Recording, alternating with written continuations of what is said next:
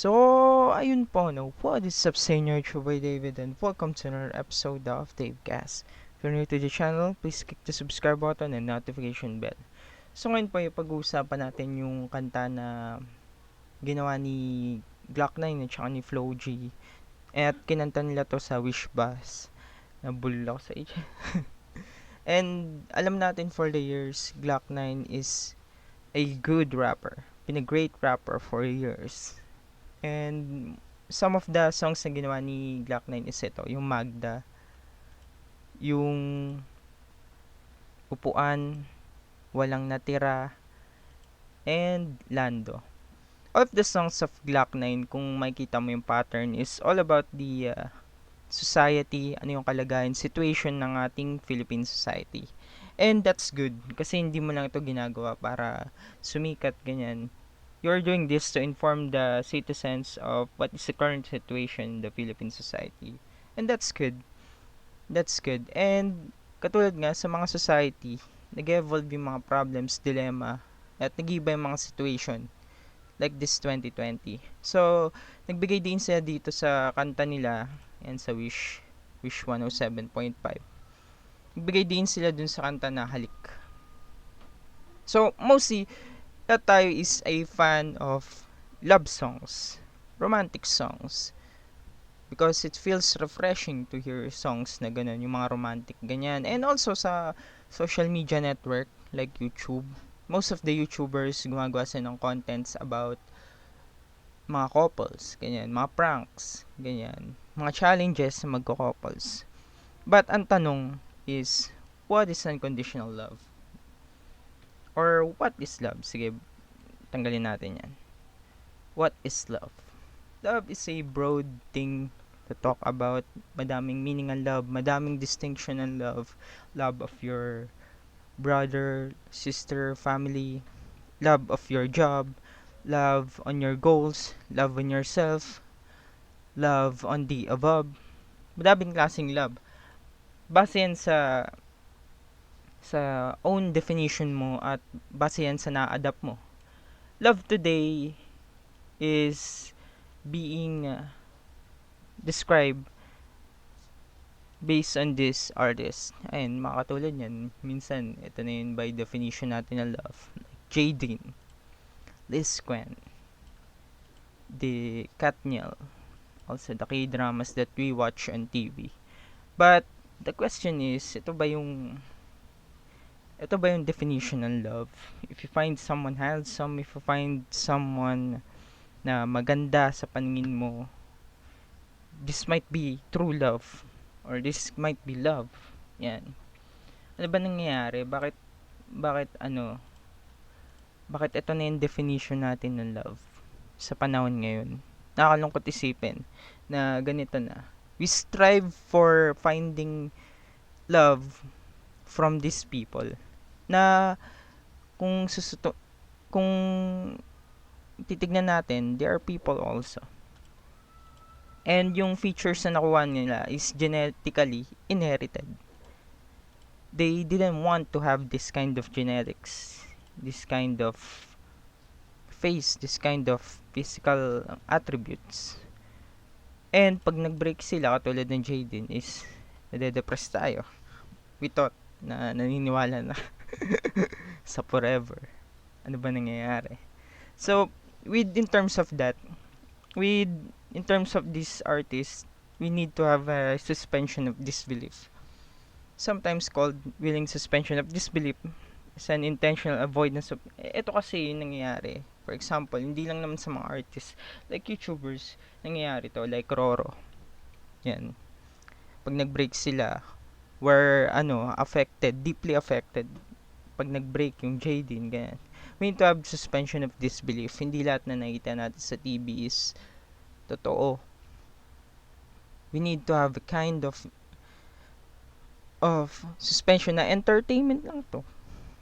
It's made for entertainment. Either it's true or not. It's made for to entertain you, to show you the face of love. How they have this kind of relationship in media. So dapat hindi tayo nagbe-base sa sa love between artists. Madami ng artista na actors sa actresses na naghiwalay sa TV. For example, si Angelina Jolie and Brad Pitt. Separate din sila, 'di ba? Nagkasal pa nga sila. And mostly some didn't last long. Showbiz couples didn't last long. So ano nga ba ang kailangan? Balik tayo din sa tanong, what is love? Para sa'yo, love is based on your ano yung na-adapt mo. Kung ano yung nararamdaman mo sa sitwasyon na yun. It's a broad thing. So, unconditional love. Yan. To love someone unselfishly, that he or she cares about the happiness of the other person. So, love without conditions. Kasi mostly ngayon, yung mga tao is, they love with conditions. Kasi, ba't ko sinasabi to? Kasi yung Halik kasi, most of the lyrics of Halik, sige magpakita na ako, is asking the person kung if they don't have, hindi lang naman sa physical attributes yung, for example, yung yaman niya, yung mga ari-arian niya, kung hindi niya na nabibigay yung gusto mo, ayun, these are some of the lyrics of Halik. Kung hindi kaya ibigay yung mga gusto mo, tutuparin mo pa kaya ang pangako mo. Kasi ang pangako, hindi lang naman yan for the married couples. It's also for the in a relationship na mga magjowa, ganyan. They made the promise. Kasi, yung sabihin mo na magjowa kayo is a kind of contract na magsasama kayo until you break that contract na mag-break kayo. So, yan yung mga conditions. Lahat ito kasi ay conditions. Yung mapapansin mo. Without this condition, will you still love the person? If hindi na siya mukhang K-pop, hindi na siya kamukha ni James Reid, they have an accident or something like that, nagkasakit, would you still love the person without any of these conditions? Yun yung tanong. Some of these lyrics, he's asking, what did you see on that person? If wala siyang masyadong malaking kita, wala siyang masyadong ganitong damit, hindi siya matangkad, hindi siya ganun kagwapuan, would you still accept the terms and condition? Accept the terms. Sinasabi kasi that is from the chorus. These are the conditions. Did you love me because I have gold rings, I have a huge house, I have cars, I have this beautiful face? Is that the condition? Why did you accept this person? So yun nga no, gaya ng sinabi ko, Gloc9 is making songs. Kung sino man yung collaboration niya dito is making songs about the situation of Philippine society. And mostly, kung hindi nyo napapansin, ako kasi hindi ako nanonood ng 7, but I'm aware na nagpapalabas sila ng mga palabas about agawan ng asawa, ganyan, ng relationship failures, ganyan. Bakit nga ba nangyayari yun? Why is modern dating getting worse? Yan, why modern dating is getting worse? Yan. So mostly, yung iba pa nga nagpapalabas ng tawag dito, reality shows, ganyan. And also, nagpapalabas sila ng mga about sa kabet, ganyan. Bakit sila nagpapalabas ng ganun? And kasi sa mainstream ng ating society, yan, yung mga nakikita natin is na-adapt natin. Hindi natin matatanggi yan. For example, yung Jaden. Yan. Balik tayo. Yan. For example, yung Jaden. After ng breakup ng Jaden, napansin natin, ang dami na nag-post, no? About sa breakup ng Jaden. They're criticizing both sides. They are making post kung sino ba yung nag-cheat dito sa dalawa. Yan. And also dito naman, controversy na sila na daw. Ganyan. And mostly mga people, kinagaya nila to. na if you find a guy like Daniel Padilla, ganyan. Because in reality, there would be no other Daniel Padilla. There would be no other like you because we're unique. Lahat yan. And sabihin ko, be careful. Be careful of who you idolize. Ah, hindi lahat na nakikita natin sa TV is totoo. What if Katniel is just an act? What if Jaden is just an act? And you try to glorify those relationship. So yan, lagyan natin yan. Sila tayo dito. Be careful on what you idolize.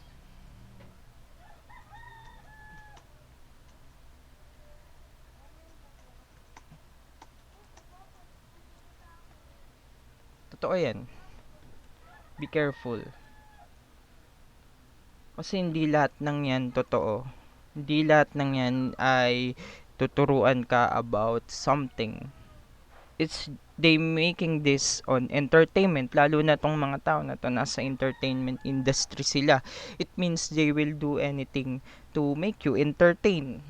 Maramdam ka ng emotions like kilig, ng galit, lahat ng emotions that will make you manufacture their entertainment.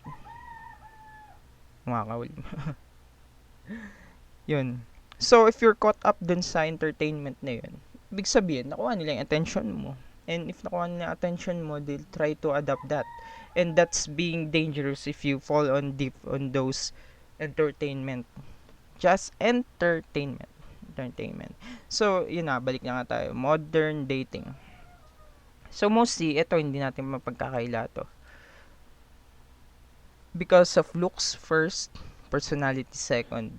Ano ibig sabihin nito? Hindi lang naman yung looks na tinatawag natin na yung muka, ganyan. Looks, when it comes to riches,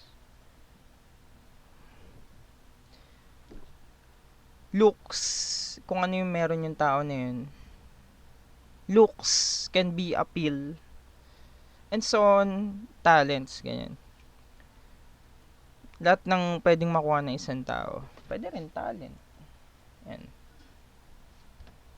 And personalities becoming second. Bakit nangyayari yun? Bakit nangyayari yun? So, yun, no? I will put an example. Ito, matagal na to eh. Alam ko matagal na tong issue na to about sa PBB. Yan. It's almost a month. Meron siyang 4 years na boyfriend. And then, almost a month niyan nakasama tong boy na to. If I'm not mistaken, it's Karena and Alvan.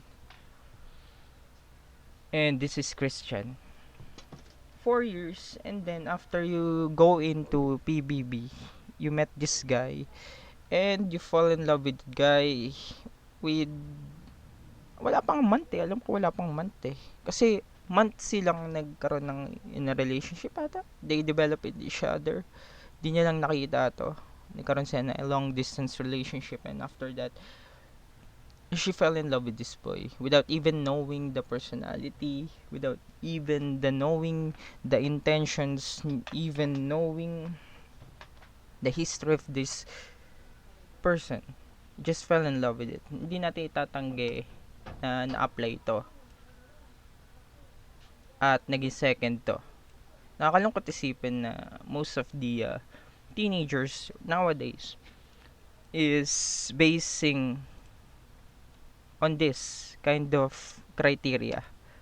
Looks first, personality second. And that's a very dangerous way of knowing a person. Why? Personality talks about the intentions. For example, the intention of this person is only to gain views and fans. So that's why he is using you to get more fans, because TV shows like this, dinudumog siya kapag merong couples because it brings an emotion of kilig. And without kilig dito sa PBB would be having less viewers, and with less viewers, less rating. So, hindi natin mapagkakailan ganito nangyari. Looks first, personality second. Bakit nga ba nangyayari yan, no? So, pakita tayo ng ibang lyrics pa. It's from a line of FLow G. May katanungan lang, akong kinikimking, mamahalin pa rin ba ako kahit di na ako between? Di na rin may bigay lahat. Ito ang tanong. Baka naman sa una lang magaling, sa bandang huli, baliwalain mo rin. Pagka lahat ng gusto, hindi ko kaya bilhin. Yan. Mostly of the relationship Most of the relationship failures talks about the pag hindi na nabibigay yung gusto. For example, the riches. The guy falls down, bankrupt, and loses his job, whatever the cost of that. Nawawala na. Ibig sabihin, you love him with conditions. These are the conditions na nakahilera. Because of the riches, because of the looks. What if there's an accident? Nawala na yung face niya, would you still love? Sabi nga ng kanta, alam ko sa Maroon 5 yun eh. If I got like away, and we lost it all today, tell me honestly, would you still love me the same? Would you still love the person the same? Most of the teenagers nowadays, pag wala na, hanap uli. Ganyan. Hanap uli ng ano. Why is this happening? It's because nga dito sa napapanood natin, which is kailangan natin magkaroon ng suspension of disbelief na these are for entertainment and this is not happening on reality. If you apply this to reality, you will mostly failed. We have to accept that. So, anong gagawin natin doon? Yun nga. Kailangan natin ito. Suspension. What you see on the TV, the entertainment industry doesn't mean you can apply it to the real life. To your own life. Yan. Because most of these aren't successful. Most of these relationships aren't successful. And if these weren't successful, like yung K-pop stars, K-drama stars na napanood ko yun sa Descent of the Sun, they didn't last for too long. Ibig sabihin, pag in-apply mo to sa'yo, tendency, it will not last for too long too. So, bakit? Bakit nga ba nangyayari to? It's mostly for the term, flexing. Or showing off, fronting off. Most yung mga kabataan, they made profile pictures. Yan. Hindi ko naman sinasabi na masama yun, but mostly, ang nangyayari is flexing. If you find the guy who looks like Daniel Padilla, similarly dun sa mga katulad nito, these features, nakakita ka ng pogi, ganyan. And yung pogi na yung diskarte ang apa. You will most likely be proud of it. Because we humans were so proud of our possessions, hindi natin na may tatanggihan. We are proud of our possessions. And what we do on our possessions is we flex it. Because nakita natin eh. Similar siya, meron siyang genetic na hereditary features na ganito. And we are flexing it on the social media na I am a person who achieve the na-achieve ko yun. Kung ano yung nakikita ko sa TV, na-achieve ko yung artista love life. So, wag ganun, no? Na-achieve ko yung katulad ng mga mayayaman, ganyan. Nakahanap ako ng mayayaman because you believe that if you find the mayaman, ganyan, it would make it is real love. It would make your life easier. Oh, tama. Pero, balik tayo doon sa question. Is it love? Is it love? Love ba yun? Or you're just doing it for this? Hmm? So yun. Gusto kong ilagay nyo yung comment nyo down below of what you think. So, ayoko naman mapunta ang modern dating or the modern definition of love into vain. Wag ganun, no? Wag tayo magbase sa ganito. Sa ganitong criteria. You should make your own criteria. That personality should go first. And looks on second, because no one or nobody ask for that kind of facial figure and that kind of status sa buhay. They acquired it. Mostly they acquired it. So, let's change our criterias. So, nawagan ako dun sa mga modern, millennials, na stop glorifying these people because they're doing this for entertainment. And their entertainment needs an audience. More audience, more views, more ratings, more money. So, stop flexing, no? If you love the person, know the person, and ito yung definition na bigay ko. Prefer unconditional love. So, that's it. I hope you have something na natutunan sa lesson natin ng lesson about this. So, Halik talks about that kind of love. It questions what kind of love our society is having right now. So, credits to Gloc9 and FLow G. Maraming salamat sa inyo. And I really like these people. Especially Gloc9 for making good music, no? So, particularly, that's it. Put your comments down below. And please like, subscribe to our channel. So, that's it. See you guys. Peace.